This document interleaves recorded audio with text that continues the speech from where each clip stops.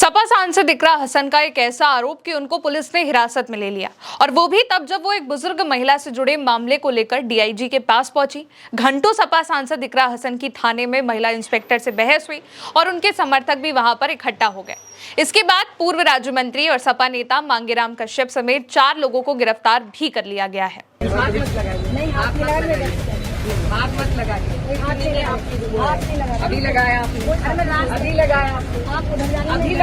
दोस्तों, इकरा हसन सहारनपुर में एक बुजुर्ग महिला को लेकर डीआईजी से मिलने के लिए वहां पर गई हुई थी।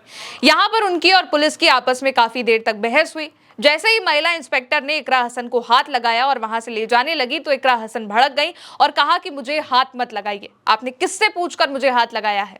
असल में जो मामला है वो सहारनपुर में सपा सांसद इकरा हसन की बहस से जुड़ा मामला है, क्योंकि उनकी पुलिस कर्मियों से काफी देर तक बहस हुई और ये जो पूरा मामला है वो एक बुजुर्ग महिला के बेटे की मौत से जुड़ा है। अप्रैल में शामली के रहने वाले मोनू कश्यप नाम के एक लड़के की हत्या हुई। परिवार ने आरोप लगाया था कि कुछ लोगों ने बुलाकर उनके बेटे को शराब पिलाई है और मार दिया है। पुलिस ने शुरुआत में कहा कि ये ट्रेन एक्सीडेंट है या फिर संदिग्ध मौत है, लेकिन परिवार इस बात पर अडिग है कि यह हत्या है और इसीलिए परिवार बार बार पुलिस थाने पहुंच रहा है और शिकायत कर रहा है। इसी मामले को लेकर मोनू, जिनकी हत्या कर दी गई है, उनकी मां के साथ सपा सांसद इकरा हसन डीआईजी अभिषेक सिंह के पास गई थी उनसे मिलने के लिए और अपनी बात बताने के लिए। यहां डीआईजी ने उनकी बात भी सुनी, लेकिन जो उनकी मां थी, बुजुर्ग मां, उनको उनकी जितनी भी मांगे थी उनको मानने से इनकार कर दिया। इसके बाद पीड़िता की मां रोते हुए वहां से चली गई और इकरा हसन जब पार्किंग एरिया में पहुंची, अपनी नाराजगी जताई तो पुलिस ने उनको हिरासत में ले लिया और थाने ले गई। पुलिस का कहना है कि ट्रैफिक बाधित करने के आरोप में इकरा हसन को हिरासत में लिया गया है, लेकिन इकरा हसन ने आरोप लगाया है कि पुलिस ने उनको हिरासत में लिया और करीब 10 मिनट तक उन्हें महिला थाने में बैठाए रखा गया, उनसे पूछताछ की गई। खबर जैसे ही इकरा हसन के समर्थकों तक पहुंची, वो भी वहां पर थाने में पहुंच गए। इसके बाद इकरा हसन को तो वहां पर छोड़ दिया गया, लेकिन पूर्व राज्य मंत्री और सपा के नेता मांगेराम कश्यप समेत 4 लोगों को वहां पर गिरफ्तार किया गया। इकरा हसन ने कहा कि पुलिस पीड़ित की शिकायत सुनने के बजाय उनका उत्पीड़न कर रही है और उनकी बातों को नजरअंदाज कर रही है। भैया, हम गए थे डीआईजी साहब के पास। एक जो कार्रवाई बरसाला में हुई है, जो माँ है वो लगातार ये कह रही है कि उनको इंसाफ नहीं मिला है। इंसाफ की गुहार को लेकर हम डीआईजी साहब के पास आए थे। जो माता जी हैं मोनू कश्यप की, उन्होंने अपना पक्ष रखा, अपनी बात रखी। डीआईजी साहब, जिन्होंने पहले से ही उन्हें सारी चीजों को मना कर दिया, माँ की बात को सुनने से मना कर दिया, उन्होंने उस गरीब मजलूम बूढ़ी माता को कहा कि आप जाइए यहाँ से। मैं उनके साथ गई थी, मुझसे वो बर्दाश्त नहीं हुआ और फिर डीआईजी साहब वहाँ से खुद उठकर चले गए। तो हम बाहर आए, हम बाहर आकर दोबारा एक एप्लीकेशन बनाने की योजना में थे, बात कर रहे थे, तो ये सब हम पे चढ़े पुलिस वाले कि यहाँ पे हंगामा मत कीजिए। हम पार्किंग में थे, हम सड़क पे नहीं थे।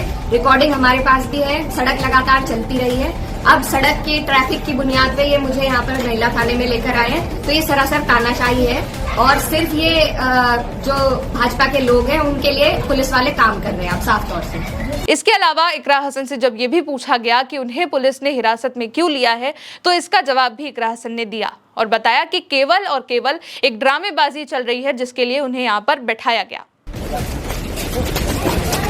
मैडम, क्या बताया इन्होंने कि आपको क्यों लेके आ गए? ड्रामा करने के लिए लाए थे, दबाव बनाने के लिए हम पे। हाँ। एक महिला जो माँ है जिसका बेटा मर गया, वो रोती हुई डीआईजी के ऑफिस से निकली है। हाँ। ये इनकी तमीज है बात करने की। हाँ। अब यहाँ हमें तमाशा बनाने के लिए लाए थे, काम धंधा है। तो आप क्या कुछ इसमें आगे कुछ एक्शन लेंगे? क्या बता देंगे आप लोगों को, आपका सहयोग चाहिएगा।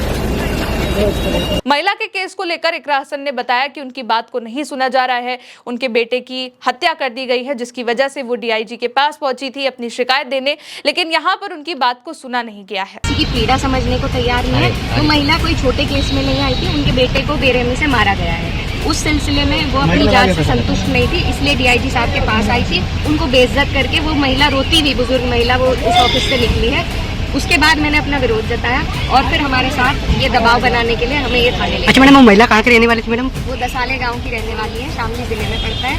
पिछले अगर आप फॉलो कर रहे होंगे, उनके बेटे की हत्या हुई थी, उस सिलसिले में, उसकी जांच के सिलसिले में हम इनसे मिलने आए थे। लेकिन सरकार को लेकर भी इकरा हसन ने तमाम सवाल किए हैं और तंज कसा है।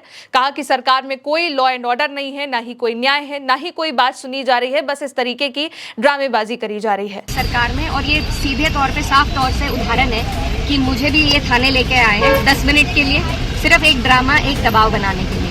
तो ये लोग काम नहीं करना चाहते हैं, पीड़ितों के लिए, उनकी इंसाफ के लिए कोई काम नहीं करना चाहते हैं। सीधा सीधा ये सरकार के जो लॉ एंड ऑर्डर की दुहाई देती थी सरकार, कहाँ है वो लॉ एंड ऑर्डर? अब मेरे ही जिले में कितनी हत्याएं हो चुकी है, शामली जिले में। सांसद हैं आपके साथ जो इसी तरह यहाँ पर पुलिस स्टेशन पर काफी देर तक हंगामा होता रहा।